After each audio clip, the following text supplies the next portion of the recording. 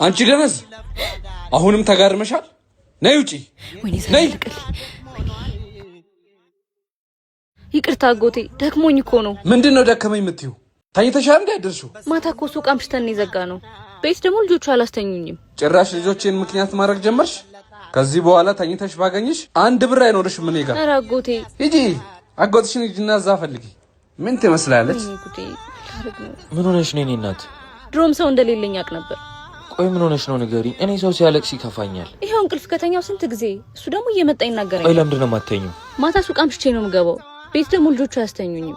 እና እኔ ላናግርልሽ እንዴ? ተው እባክህ፣ አባቴ ነው ጥፋተኛ። ትማሪያለሽ ብሎ አምጥቶኝ። መማር ትፈልጊያለሽ? አመጣጤማ ለሱ ነበር። አንቺን ሙሉ ወጪሽን ሸፍኛ አስመዘግብሻለሁ። ለመጀመሪያ ጊዜ ኢትዮጵያ ውስጥ ሆነው የአሜሪካን ዲግሪ የሚያገኙበትን ኮሌጅ ልጠቁማችሁ። ወርልድ ሊንክ ኮሌጅ ይባላል።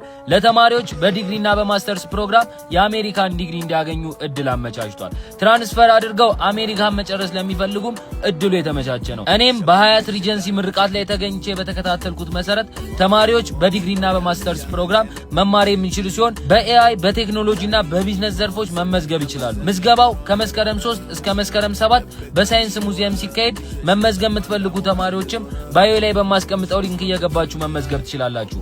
ያለን ቦታ ውስን ነው። አሁኑን ይመዝገቡ።